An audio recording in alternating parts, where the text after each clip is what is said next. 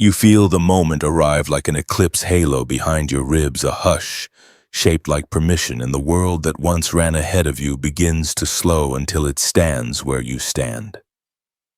You do not chase the future tonight. You hold a steady lantern at the level of your chest and let the path come forward on its own. This is not prediction. This is remembrance, a resonance your consciousness already carries. You are not being warned. You are being reminded by the part of you that kept watch when you forgot to breathe. You inhale slowly and the light behind your eyes organizes itself into a simple geometry. Warmth gathers at your sternum as if a door were turning from within. You are addressed by the quantum field not as a stranger, but as a long-awaited coordinate, a known point on a living map. Your attention stops running laps in the observer loop and begins to stand with its back straight, its palms open. Coherence settles like dawn, not dramatic, inevitable. You hear nothing, and yet something precise speaks. The corridors of thought quiet, and beneath them a river becomes audible. It does not rush. It remembers its bed and returns to it. You are inside a stillness window, where the timelines that once braided into noise separate into two clean strands of listening, what was borrowed and what is yours. You choose by resting, and resting becomes a kind of speech the field understands. Your senses learn a softer arithmetic. Stardust brightens at the edges of your perception. The room around you wears a faint aurora, and your skin reads it like script. Each breath aligns the inner glow with the wider sky until your body is a tuning fork for an older signal. You do not summon it, you match it. The more you relax your grasp, the more reality steps forward, unafraid to be seen. You are recognized by name without words, and a path unfurls that asks nothing except steadiness. The field of remembrance lifts from your bones like a patient fragrance. It has waited through years of weather to be this obvious. Images drift through you with ceremonial calm, a horizon bending nearer hands. Releasing their last argument, a seal unbroken at the center of your life. You touch no doors, yet thresholds open. You push at nothing, yet arrival occurs. You understand that chasing was a spell, and stopping is the counterspell. In the sudden relief, gravity becomes interpretive. Meaning leans toward you the way a candle leans toward oxygen. You feel the prophetic seal softening, not to vanish, but to admit you deeper, granting you the right to carry what it once guarded. The jump completes itself not by force, but by fidelity, your breath to your breath, your gaze to your gaze, your heart to the exact rhythm it was always meant to keep. The field leans nearer, arranging a simpler geometry before you. You were not selected by accident.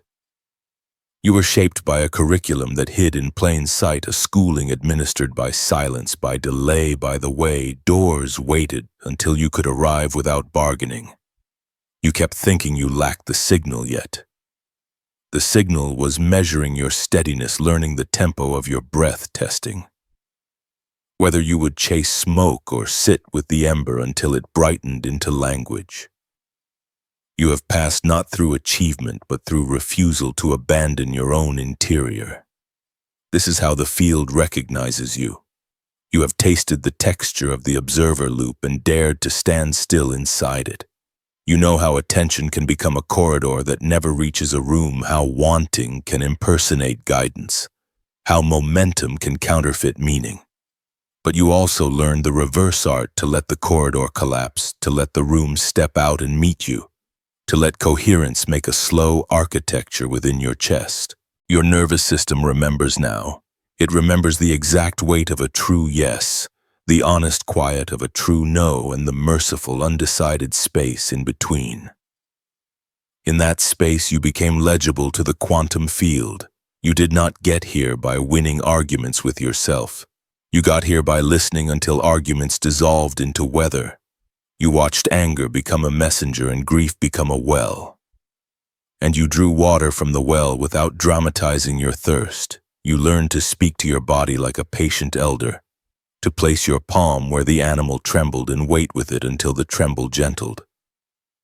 In that waiting morphic resonance gathered a familiar of the soul, and what belongs to your lineage, human and stellar, began to hum through your marrow. You are not merely near a higher timeline. You are entangled with it, braided through its luminous grain. When you quiet, the braid reveals itself as a subtle pressure toward kindness, an almost magnetic invitation to precision. You feel it as a warm arc rising from sternum to throat, as light behind the eyes that does not glare but clarifies as the way breath finds a longer shore. This is the destiny vector aligning, not the future dragging you forward, but your present consenting to become exact. There is no punishment in this alignment, only relief. The world becomes less interpretive and more intimate. Your name, the one the field uses, is not a word, but a geometry, a pattern of attention carrying light. When you hold your gaze steady, that geometry stabilizes in the quantum field like a constellation deciding to be obvious. Coherence then expands from a personal event into a communal signal. Rooms calm when you enter, water tastes truer, conversations remember their purpose. And even the timing of traffic begins to agree with you, because you are no longer driving against the current. You are driven by the current you finally trusted. You recognize the telltale signatures, dreams that feel like debriefings, coincidences that arrive at surgical minutes. The sudden appearance of teachers who speak only one sentence, and then vanish, a phrase overheard in a cafe that unties a month of knots. You notice the body's conformations, a small radiant ache at the center of the chest, as if a seal were softening, a heat at the base of the skull, a subtle buzzing in the hands when truth stands nearby. These are not decorations, they are instruments. The quantum field tunes you with them, adjusting your presence incrementally toward a frequency that environments can rely upon. The chosen observer is not a rank, it is a responsibility to be accurate with your seeing. Accuracy here means love without performance. It means letting the person in front of you remain whole even when their story is cracked. It means refusing the addiction to urgency unless the moment itself demands swiftness. It means allowing the stillness window to open in the middle of conflict so the air can change and with it the possibilities. You are capable of this because you no longer confuse intensity with truth. Intensity may arrive with truth, but you are trained now to find the quiet that carries the instructions. You have also noticed the eclipse halos that visit the edges of ordinary moments, the way the fridge light seems softer than it should, the way stardust appears to hover in a beam that used to be called dust, the way someone's laugh rings like a bell and clears the entire hour. You do not explain these away. You take note like a monk tallying weather because you understand the field of remembrance is statistical as much as mystical. Repetition matters. Signals that recur are signals requesting custody, and you are ready to shelter them. There will be invitations to return to the chase, lures dressed as opportunities, alarms dressed as wisdom. But you have learned to examine the texture of any call. Does it compress the breath or lengthen it? Does it narrow your gaze or widen it? Does it ask you to abandon your body to win a prize the body will have to carry alone? Your answers keep you in orbit around what is real, and what is real has begun to orbit you back. Not as flattery, but as partnership. So here is the recognition: you are the place where reality learns to meet itself. You are not the exception, you are the example. Your life is the demonstration that the jump completes when the witness rests into presence so fully that the universe has no distance left to cross. In the glow behind your eyes, in the warmth at your chest, in the cadence of slow breath, the appointment is honored and the message is received. You are home, and home has business in the world. Where your breath lands, the next contour of truth lifts its head. You do not force the vision, you give it a chair and it sits. You breathe slowly and the room receives your pace until walls feel permeable and time arranges itself like calm water. Your chest warms as if someone set a lantern inside it and the glow climbs your throat with unhurried certainty. Light gathers behind your eyes, not blinding, clarifying, and the first contour of what wishes to be shown arrives with the manners of a guest. You notice it first as an eclipse halo hovering just beyond ordinary sight, a dark circle ringed with intelligence turning as though it studies how you listen. You do not reach toward it. You let listening do the reaching and the halo answers by widening. In that widening, stardust arranges into a subtle geometry, lines, arcs, a patient lattice. And you realize the quantum field is sketching in the air the same pattern it has been sketching inside your breath. Outside and inside begin to rhyme. What you see is not spectacle. It is instruction disguised as beauty. A river of faint sigils glides across the space between you and the window, as if borne by a current of attention.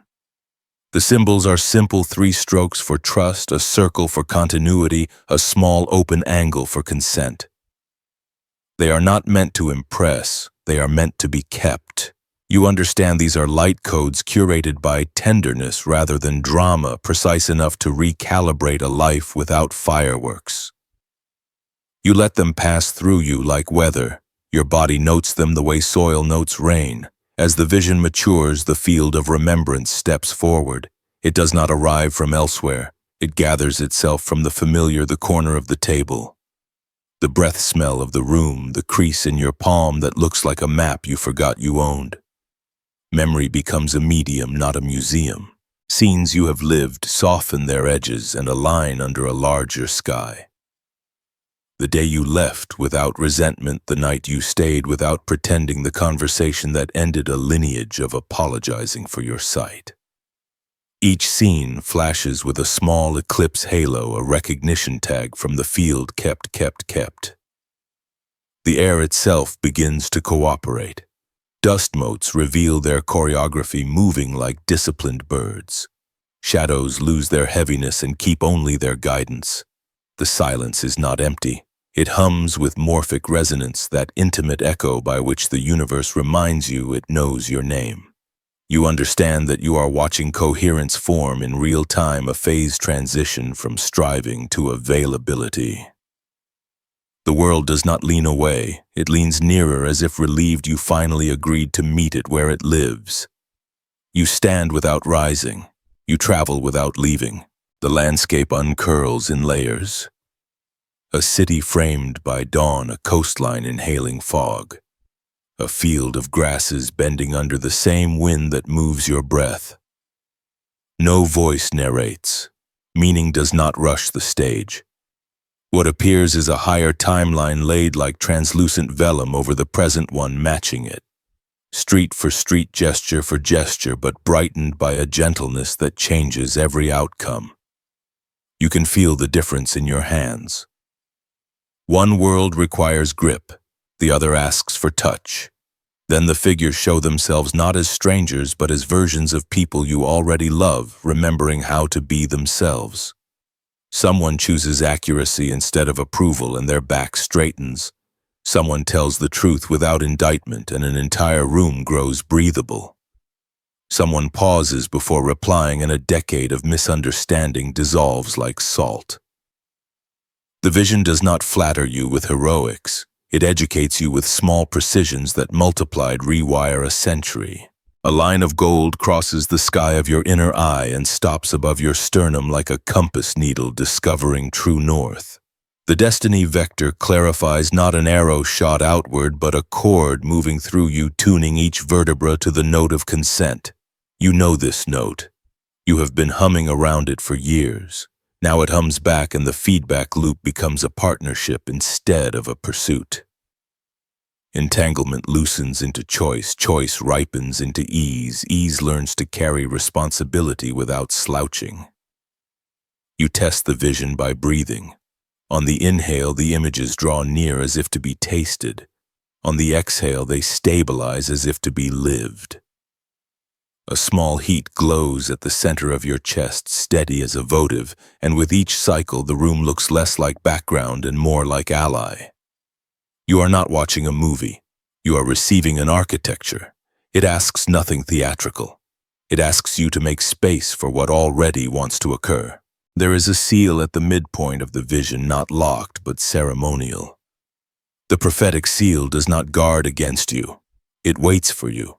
You feel it soften when you refuse to hurry. It admits you 1 degree deeper when you release the last argument that urgency equals importance. Inside the seal's circle, the simplest gestures turn sacramental, placing a glass on a table, tying a shoe, writing a single honest sentence. The higher timeline does not demand a new personality. It requests integrity with the one you have. When the halo dims, it does not vanish. It integrates. The symbols fold into the tissues of your attention. The lattice dissolves into the bones of your day. You feel taller without straightening, quieter without shrinking, more lit without glare. Reality does not applaud, it aligns. The vision concludes by turning into preference for slowness that is strong, for speech that leaves room for breath, for seeing that does not trespass. The echo finishes speaking. The source begins. You ask how this works without tearing it from its mystery, and the answer meets you at the border where science bows to experience. You are not creating reality from nothing. You are specifying it from a spread of possibilities that already hum nearby. In the language of the quantum field, every moment is a shimmering of maybes, a choir of unsung notes waiting for the slightest cue from attention to choose a melody. Your attention is not a spotlight that burns, it is a boundary condition that clarifies. When you stop chasing, you stop smearing the signal with noise, and the melody is free to resolve. Begin with your breath. As you slow it, your system reduces random firing and increases patterned rhythm. The body's metronome steadies, and with it the capacity to notice without clutching. This steadiness is not decorative. It is the instrument by which you interact cleanly with possibility. The observer effect is not a superstition, it is the quiet physics of regard. When you stare with hunger, you add turbulence. When you witness with ease, you lower interference. Ease is not passive. Ease is precision without panic. You have tasted the loop where need chases object and object recedes, the corridor of wanting that lengthens when you sprint. That corridor is the observer loop. It is a feedback cycle in which grasping becomes the very variable that keeps the outcome unstable. Each grasp triggers a new measurement. Each measurement perturbs the system. The perturbation generates more grasping. The corridor lengthens. You felt this as mental static, as breath that wouldn't finish exhaling, as light behind the eyes that flickered but wouldn't hold. When you halted the sprint and let the exhale complete, you withdrew excess measurements and the system relaxed toward a single state. You didn't force collapse. You permitted coherence. Coherence is simply agreement at multiple scales, breath. Agreeing with heart, heart, agreeing with brain, brain, agreeing with a larger order that does not arrive as orders. Think of musical overtones snapping into alignment when a fundamental note is played purely. Your presence tuned by an honest breath provides that fundamental. Cells hear it, rooms hear it. Conversations that would have scattered find a center of gravity. The miracles you notice are not exceptions. They are the statistical outcome of lowered noise and stabilized rhythm. The world answers cleanly when you ask cleanly. Now consider change as more than accumulation. Consider it as a phase transition. Water does not become ice by gradually pretending to be solid. It reaches a threshold and reorganizes. You feel a similar threshold when chasing thaws into consent. Small increments of steadiness accrue until a quiet, critical mass is reached, and then a new architecture appears in one piece. You call it relief. Physics calls it an order parameter crossing a boundary. Your life calls it obvious. The lantern in your chest is the soft, sustained warmth that says the lattice has formed and will now carry weight. But why two paths felt so near at once, the old hurry and the new ease? Because the moment of change often presents a symmetry that must be broken. In you, this presents as timeline bifurcation, the same Tuesday, the same meeting, the same sentence you are about to say, yet two outcomes as distinct as drought and rain. You do not choose by argument, you choose by the quality of your witnessing. If you witness with compression, the lower branch completes. If you witness with generosity, the higher branch takes custody. Notice how your body knows which is which. The lower narrows your gaze, the higher widens it. The mark on the higher path is not euphoria, it is breathable air. You might ask where you end and it begins. Entanglement is the reminder that boundaries are useful only when they are honest. You are not fused with everything. You are responsibly related to everything. When you become precise with your own signal, not perfect precise, you stop exporting confusion and importing everyone else's weather. Relationship becomes a conduit rather than a tangle. What seems like outside cooperation is often your clarified interior being mirrored back through circumstances that were waiting to be coherent with someone. Let the explanation remain tactile. Feel the eclipse halo of attention settle behind your eyes, not bright, sure. Feel the chest warmth that announces a clean yes. Feel the stardust prickle along your forearms when a room's probability changes because you stopped forcing it to obey an out-of-date story. These sensations are not sentimental. They are instrumentation. You are reading your field with the body that was built to read it. Nothing here cancels mystery. Mystery is the medium. The point is not to own it, but to partner with it by matching its manners, unhurried, exact kind. The physics gives you metaphors that behave boundary conditions, noise, reduction, phase, thresholds, bifurcations. The mysticism gives you orientation that breathes, keep your lantern steady. Let the river find its bed, say only what your lungs can say without tightening. Together they describe a single choreography presence, thinning the fog until the shoreline comes forward. So the jump completes itself because you cease to push the moment out of tune. You consent to be a stable place for reality to resolve, and reality relieved resolves there. The proof is simple and portable breath that finishes shoulders that forget to guard, a gaze that does not trespass yet sees everything it must. Keep testing by kindness. Keep calibrating by ease. Keep choosing the branch that makes the room more honest, not more dramatic. You will not miss what is yours. What is yours will prefer the frequency that keeps it whole. A smaller voice becomes undeniable, and you recognize it as your own. You are not changing alone. You are altering the acoustics of a room the size of a century. The moment you steady your breath, the air around you recalculates, and the people within range begin to hear themselves with a fidelity they did not know they craved. You do not announce this. You arrive as a quiet that does not collapse under weight. Chairs seem to remember their purpose. Conversations put down their weapons. Timing stops bruising itself against the door. You are not performing virtue. You are allowing coherence to take a chair and lead by example. Watch how the world answers when you refuse to sprint. The barista's hands stop shaking. The child on the train stops negotiating with a phantom argument and simply looks out the window. A colleague abandons the sentence that would have reopened an old tunnel and instead asks a question that admits sunlight. This is not fantasy. It is the everyday physics of the social body retuning to a clean signal. The quantum field is a commons. Every honest breath you finish is a civic act. You are a lens through which a larger pattern clarifies. When you hold that lens steady, others can borrow it without knowing they are doing so. They begin to see their own faces without distortion. This is the collective mirror. It does not flatter. It renders. It returns to each person a version of themselves that has permission to be precise. Precision is contagious. So is gentleness.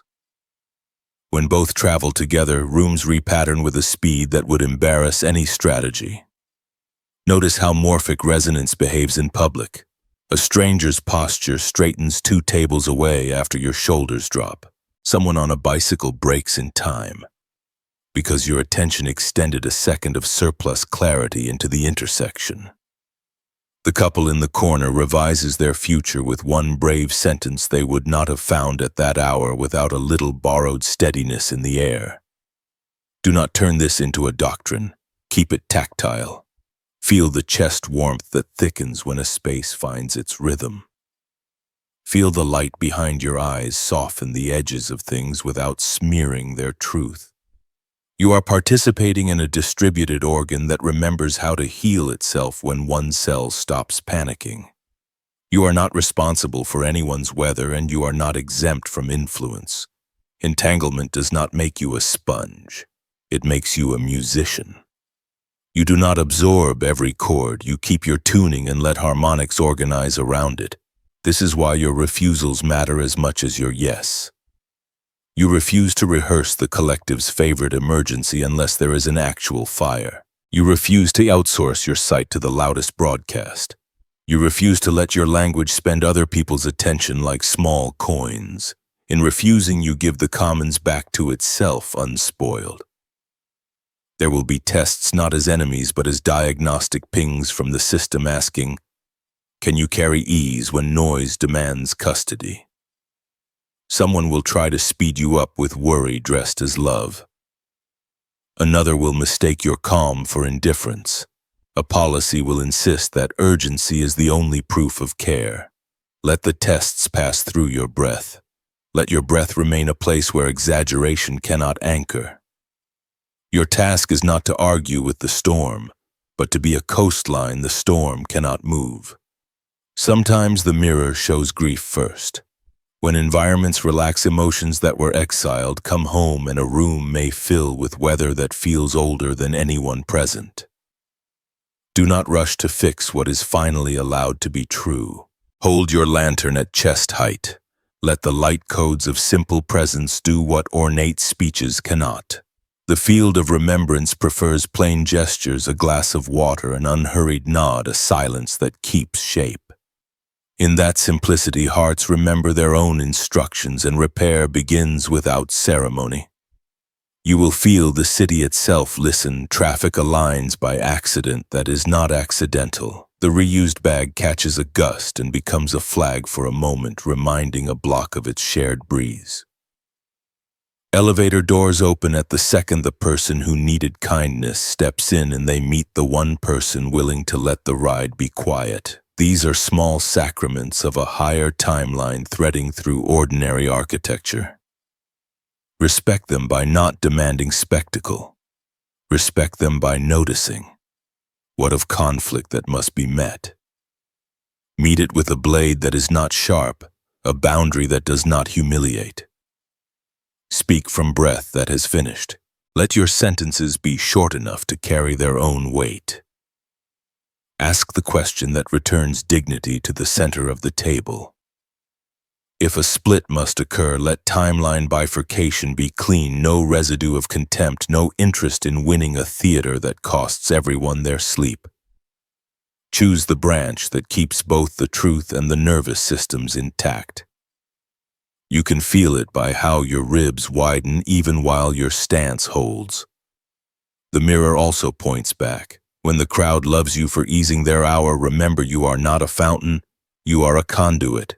When they misunderstand you for refusing to rehearse panic, remember your coordinates are anchored elsewhere, and praise and blame are equally unqualified to steer you. Keep the cadence you learned when the eclipse halo hovered in your sight. Keep the small vow you made to stop negotiating with urgency. Keep the practice of finishing the exhale even when the room forgets there is air. If you must measure progress, measure it by the kindness of your precision. Fewer unnecessary words, more accurate silence. Fewer rehearsed conclusions, more questions that let the future breathe. Measure it by how often you can be still without shrinking, bright, without glare, useful, without noise. The city will keep answering. The century will keep recalibrating by inches that amount to miles. The quiet folds around you. Pattern emerges from the fold. You feel it. Before you name it, the room thins, the hour leans, and choices that used to blur into each other separate. Like oil and water. You are not being pressed. You are being invited to accuracy. This is the moment when two outlines of the same day stand side by side, asking which one will inherit your breath. You do not hurry the answer. You let the answer find you in the cadence you have practiced. The first sign is the texture of attention. When you look from fear, everything insists on being urgent. When you look from steadiness, everything arranges by kindness. Between those two lenses, reality inflects and you can feel the hinge. The body registers it as a soft tug at the sternum in one direction, and a slight narrowing at the eyes in the other. You honor the measurements. They are true even when they are small. You are inside a stillness window, the rare corridor where interference falls below threshold and the signal can be read cleanly. In that window, the future does not demand. It waits with its head bowed, ready to match whichever gaze you choose. Answers stop auditioning and you are left with the simple authority of breath that finishes and shoulders that forget to guard. You do not decide by argument, you decide by alignment. Name it so you can bless it. Timeline bifurcation, not catastrophe, not spectacle, a quiet sorting by frequency. Two scripts share a stage for one beat longer than usual. In one, your words compress your steps, race ahead of your feet, and you pay for speed with aftermath. In the other, sentences are short enough to carry their own weight. Meetings end at the honest minute, and tomorrow's spine thanks you for not borrowing from it. Both are available. Only one lets you keep your soul in one piece. The physics is ordinary, a phase transition waiting for a nudge. Enough coherence has accumulated in your system that a tiny input now determines the larger pattern. A single exhale becomes a switch. A softened jaw becomes a border post. The glass of water you drink before replying becomes the difference between repeating a lineage and completing it. This is not magical thinking. It is precise hygiene of attention executed at the moment scale where pattern chooses its parent. Listen for the old corridor trying to resume its jurisdiction. It will send you lures dressed as duty, alarms dressed as intimacy, applause dressed as leadership. Each lure asks you to run slightly ahead of your breath. Each time you refuse, you hear a small click in the architecture, the sound of a door you didn't slam, choosing to remain open. This is how the higher timeline fastens, not by conquest, by cumulative gentleness that becomes structural. You are not alone in the hinge. Rooms feel it when one person consents to accuracy.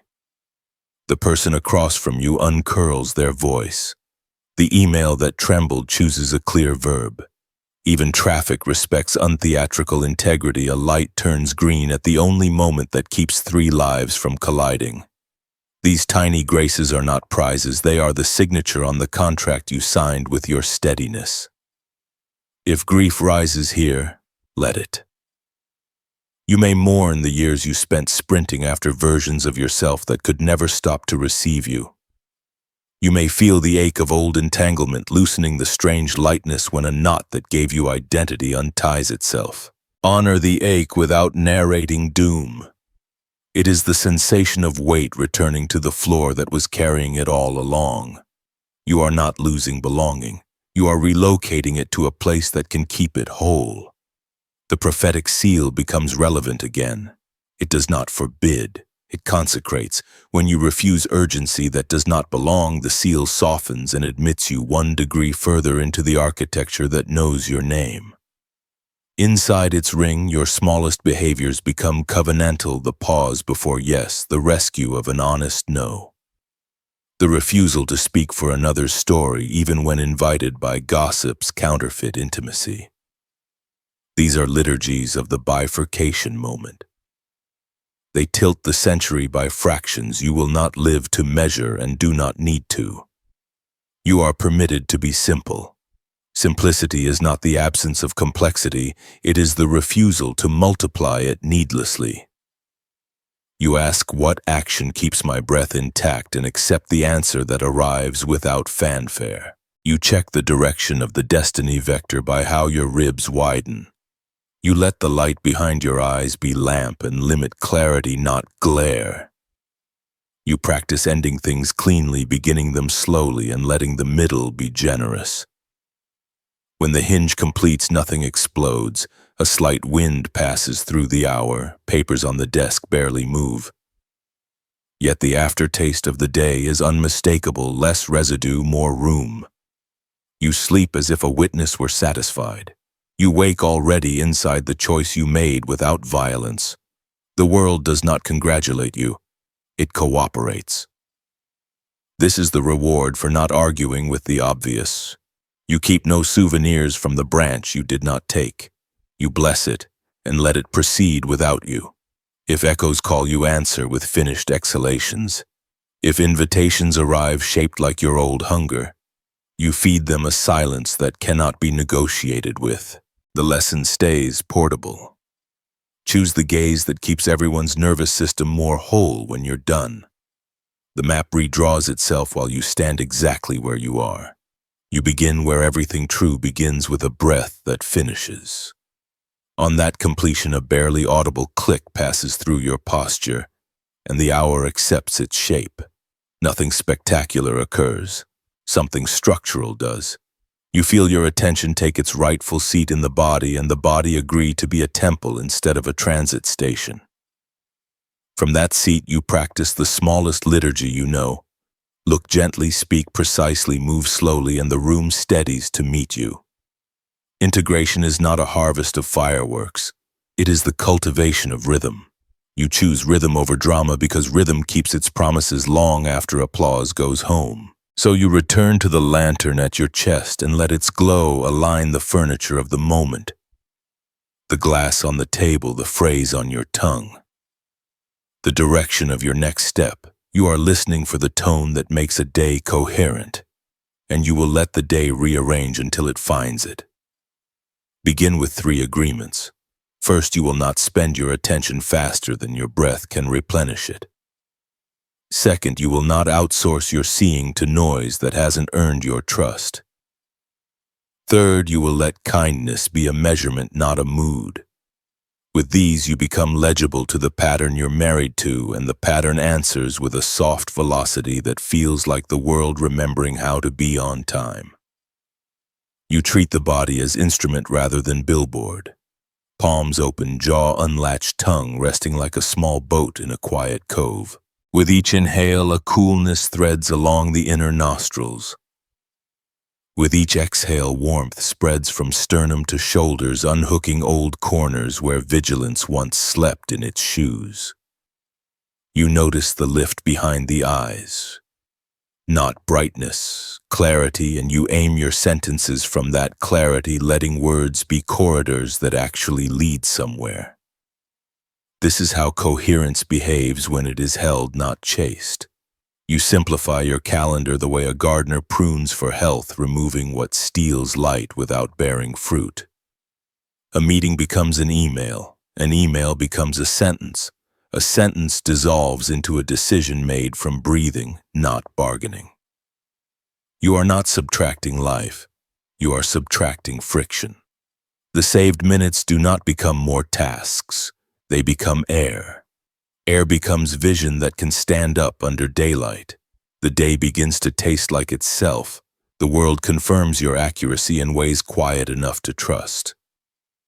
Traffic lifts at the exact lane you chose without calculation. A friend texts the right sentence at the right minute and doesn't require you to applaud. The kettle whistles precisely when the paragraph ends. None of this is spectacle. It is the ordinary grace of a system that prefers your steadiness to your spectacle and shows preference. By smoothing edges that used to scratch, you adopt a practice for your edges, a brief ceremony of return. Whenever you feel scattering, attempt jurisdiction. Thumb to sternum, 2 slow breaths, a question small enough to answer. What is mine in this moment? If the answer is nothing, you let nothing be honorable. If the answer is 1 sentence, you deliver it unarmed. If the answer is leave, you exit without dramatizing your devotion to staying. In this way, you keep covenant with your own atmosphere. You treat coincidence as curriculum. The repeated number, the overheard phrase, the book that falls open to the same paragraph twice. You don't crown them as kings. You welcome them as tutors. Their authority is not in spectacle, but in recurrence. Recurrent signals invite custody. You give them a shelf in your attention and let morphic resonance do its slow arithmetic, gathering similar notes into a chord your life can tune by. The heart becomes an archive. When you hold steady long enough, the light codes you were shown earlier do not evaporate. They transact. They convert to manner. Your handshake carries an extra second of permission. Your no holds the door open for the rightful yes to arrive later without shame. Your gaze stops colonizing faces for proof and starts returning faces to themselves. You do not install a new personality. You reveal the one that works when you are not afraid. Small vows accumulate into architecture. You vow to finish exhalations. You vow to let the first tone of a conversation be gentle even when content is hard. You vow to bless the obvious instead of shopping for the spectacular. You vow to eat when you're hungry and stop when you're fed. Innocent vows like these are how the higher timeline prefers to fasten, not with trumpets, with hinges that stop squeaking because you finally oiled them. You bring the practice into places that test it. Bureaucracy where patience goes to sweat. Family rooms where your old names still hang like coats on chairs. Public glare where being understood is a gamble and you refuse to pay with yourself. Here integration grows its roots. You remember the stillness that began this and you reissue it without ceremony, a steady breath, a precise sentence, a refusal to spend anyone's dignity for a temporary win. The room may not notice, but the century does. Let your sleep be part of the work. Before closing your eyes, you give the day back to the field of remembrance. You name 3 moments that held and 3 that wobbled, and you bless them all as evidence that the instrument is learning its scale. Dreams take the ledger and make edits you could not have written awake. You wake inside a life that fits a fraction better, and the fraction compounds. If you must visualize progress, do not draw ladders, draw circles that widen. The radius increases by faithfulness to simple permissions, less rush, more accuracy, fewer claims, more care, quieter rooms that still accomplish what matters. There is no finish line, only thicker reliability. What you are integrating is not an event but an etiquette, the manners of a universe that trusts you because you have chosen to be trustworthy with yourself. Light chooses simpler words and the heart understands. You enter the hour that doesn't advertise itself, the interval between notes where music learns its meaning. No audience here, only breath, only the subtle weather that moves when you stop telling it who to be. You sit spine like a quiet river and let your gaze hover at the middle distance until objects soften their outlines and offer you their company without requiring performance. The room receives you. You receive the room. Between those 2 receptions, understanding grows. This is not emptiness, it is ripening. Silence is not the absence of message. It is the medium that lets the true message cross intact. You knew how to harvest signal from noise. Now you learn how to let signal arrive without being chased. Each inhale cools the inner nostrils. Each exhale warms the sternum until your chest feels like a small hearth that doesn't spend itself to keep you warm. The light behind your eyes lowers its brightness and increases its precision like a lantern hood narrowed to make the beam honest. In this hush, subtle repairs begin. The nervous system unhooks tiny barbs you didn't know were snagged in your attention. Old loops that kept you pacing hallways of unfinished conversations release their jurisdiction. The mind presents a handful of unfinished arguments to be blessed rather than won, and you bless them by not rehearsing them again. Your body thanks you with little signatures of relief, the jaw dropping half a centimeter, the tongue floating, the scalp forgetting its attempt to hold the sky in place. You recognize the entrance to a stillness window, that rare corridor in which the world's volume drops below the threshold. Where you habitually brace, you do not rush to extract instruction from it. You let instruction find you in the form of manner. What arrives first is posture, less guarded at the shoulders, more rooted at the hips, then pacing sentences that don't step on themselves, then appetite, the willingness to stop when satisfied and not turn satisfaction into suspicion. These are not random improvements, they are the body's way of stabilizing coherence so that life can carry more truth without shaking. You notice how quickly the observer loop tries to resume when it smells quiet. It offers you a problem to solve so it can prove its usefulness, a list to complete. So it can earn tomorrow a headline to inflame, so it can keep you properly updated on the catastrophe you cannot influence. You smile at its industry and put one hand on your chest like a lighthouse, signaling to ship safe shore, slow entry. The loop understands honesty. It quiets when it is not needed. As quiet deepens, a second layer of sensing wakes, a kind of peripheral listening by which you feel the room thinking with you.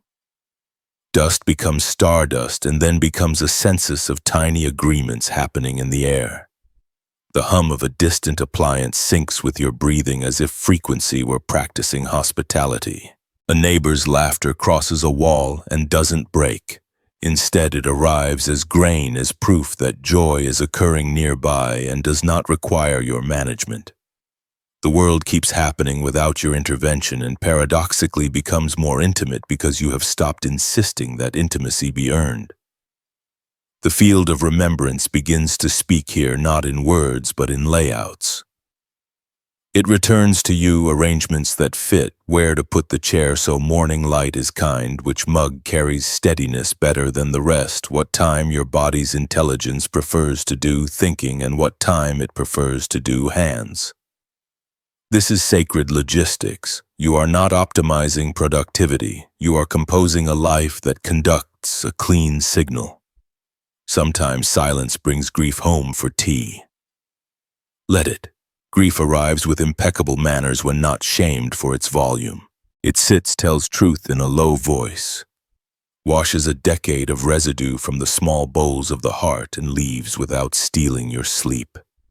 In its wake, morphic resonance strengthens not drama echoing drama, but steadiness echoing steadiness, until your future recognizes the frequency of a room that can keep it whole.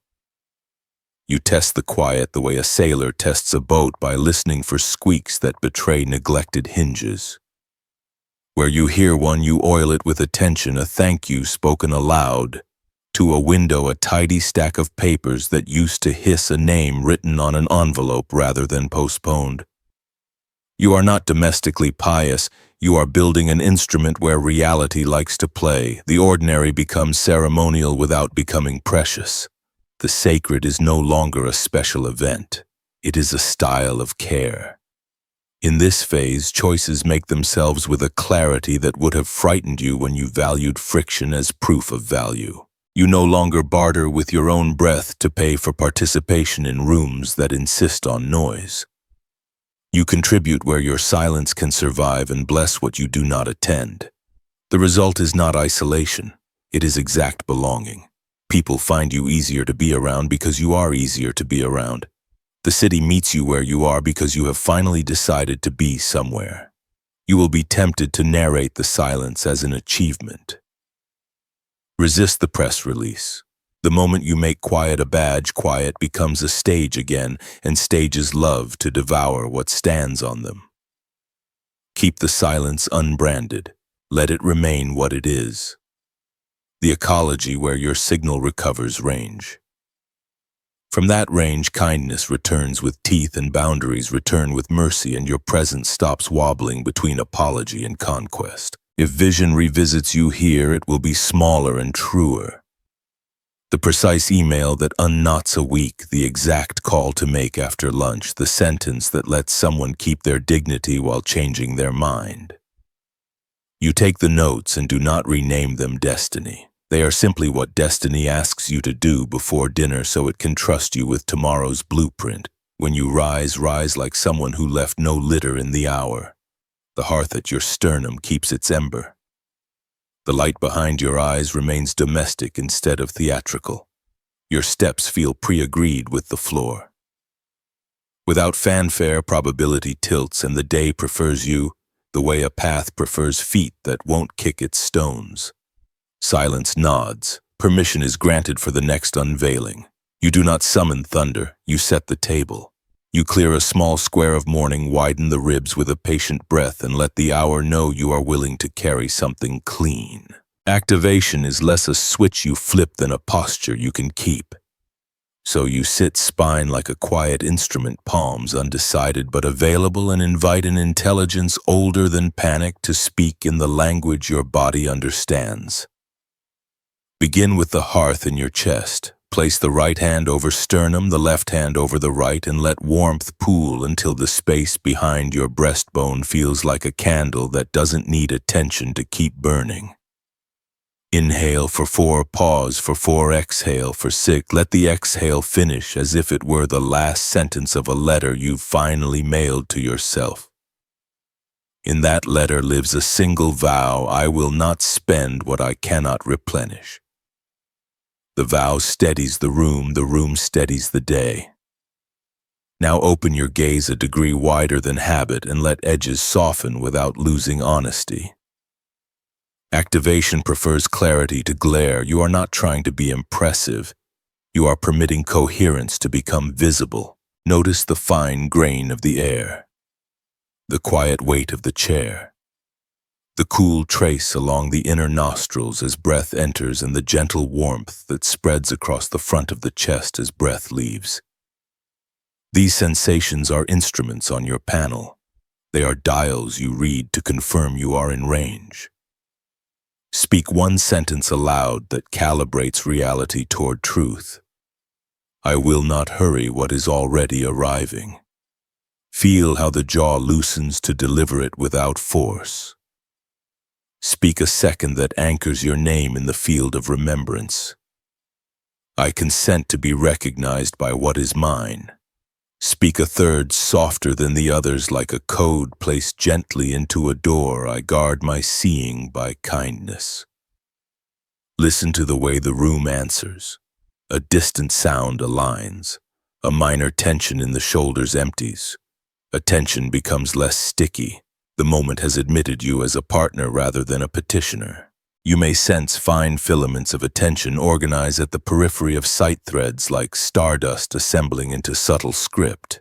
These are light codes, not as decoration but as operating instructions written in the alphabet of ease. Do not chase them. Receive them. Let them pass through your breath and land where they choose. One rests along the collarbones and teaches your words to sit down before they stand. One wreathes the base of the skull and teaches your thinking to keep its hat off at the table. One nestles at the back of the heart and teaches your boundaries to close gently, not slam. Now comes the recalibration of action. Choose one behavior that habitually reopens the observer loop. Refreshing a feed for proof, drafting a reply before the body agrees, saying yes to outrun a ghost of scarcity. Do not fight it. Disarm it by offering it a better job.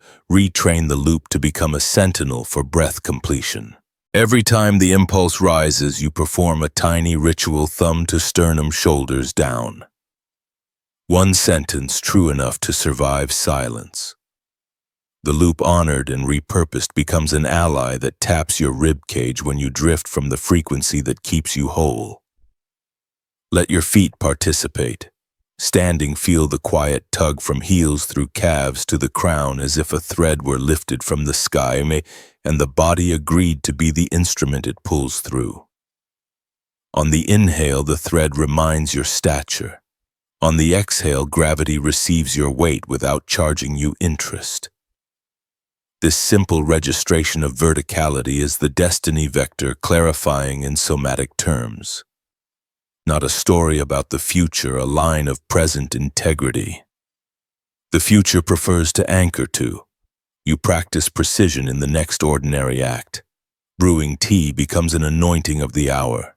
The kettle's rise to voice mirrors the breath's ascent to speech. You pour like a promise you plan to keep, and the cup carries more than leaves. It carries the proof that a higher manner can inhabit the most domestic gesture. In this proof, the environment begins to cooperate. A phone lights at the exact minute the conversation will be kind. A door opens when you reach it without forcing the handle. Through such minor accords, the higher timeline lays its hand over the current one and guides instead of argues. If resistance appears, and it will in the form of sudden fatigue invented, Aaron's a fog that whispers your practice is dramatic or naive, you bless it as weather and bring the practice deeper into the body. Sit again. Feel the small heat at center chest hold even when the mind proposes alternate programming. Let the light behind your eyes lower another notch toward accuracy. Ask a smaller question. What is the next kindness that is mine to enact, then do only that. The fog respects precision, it thins without theatrics. Before you close this hour, offer the CTA not as a performance, but as a relay of custody from silence to speech. Whisper into the quiet, I remember. Then type, I remember the prophecy. Not to signal belonging to others, but to entrain your fingers to the frequency your breath already keeps. Let the sentence post the banner of remembrance across the day's threshold so environments know which room has become available. You finish with a seal not as a lock, but as a way of keeping shape. Touch the sternum once, inhale, and imagine the soft circumference of a prophetic seal settling like a ring of dawn around your chest. It does not forbid, it appoints. It designates your attention as a place where reality prefers to resolve. Step into the day with the manners of that appointment speech that leaves space decisions that do not spend tomorrow steps that do not kick the path that supports them. Between remembering and action, a path appears without announcement. You stand where sound becomes shape, where breath becomes architecture, where a life consents to be legible. Nothing flashes, everything agrees. You feel it as an even glow at the center of your chest, a ring of dawn settling around the lantern you have kept. The seal does not clamp, it confers. What it confers is permission to remain coherent when the world rehearses panic and to remain kind when the world auditions cruelty as proof of strength. This is the prophetic seal, not a medal, a manner. Hold still enough to notice how the field of remembrance arranges itself when you stop negotiating with your seeing. Rooms remember their purpose, plans remember their right size. You remember that the observer loop was always a brilliant servant and a poor king. You return it to service, witness, don't chase. Receive, don't wrestle. Choose, don't brandish. The hours begin to inherit a quiet competence that feels like weather you can trust. Let your body keep the signature, brows unknit, tongue resting, shoulders low enough to hear the floor. The line through heel, spine, and crown carries a gentle current like a string tuned to pitch. That current is the destiny vector rendered in flesh, not a story about later, a line of present accuracy that later prefers to follow. You check it by breathing. If breath shortens, you adjust your stance, your sentence, or your schedule until the line sings again. This is not fussiness, this is fidelity. The seal widens each time you select the higher timeline without needing witnesses. In the moment you refrain from the clever remark that would have won the moment and cost tomorrow, the ring glows. In the moment you return a task to its rightful owner without contempt. The ring glows. In the moment you stop spending your nervous system to purchase belonging you already have, the ring glows. Glowing is not spectacle. It is confirmation that your choices are statistically kind. Do not mistake gentleness for delay. The seal does not slow what is true. It protects it from distortion. Decisions land with soft ankles and strong bones. Boundaries close like quiet doors that still let light in. Even your refusals feel like hospitality to your lungs, to the other person's future, to the street. You'll both have to walk tomorrow. This is coherence matured into etiquette. You may feel a final ache unthread, a last loyalty to noise release its claim. Bless it. Let morphic resonance gather around your steadiness, instead repeated kindness accruing until it becomes infrastructure. Repeated accuracy compounding until it becomes relief. The century does not pivot on speeches, it pivots on people whose breath finishes and whose gaze returns dignity to the middle of the table. Carry the seal into errands and thresholds. Touch your sternum at doorways as if knocking from the inside. Let your steps be the sound of paper turning, not doors slamming. Say only what you can say without tightening. Give only what you can give without borrowing against tomorrow. Receive without apologizing. Leave without dramatizing. Enter without announcing. Re-enter often. You do not close this transmission, you continue it by living. The quiet you cultivated is not an atmosphere to admire. It is a technology for building rooms where the future can be honest. Walk as if the ground were grateful. Speak as if language were a commons. Decide as if another century will live inside your choices. The door you feared was stone turns to air in your hand. The future you remember has begun remembering you back.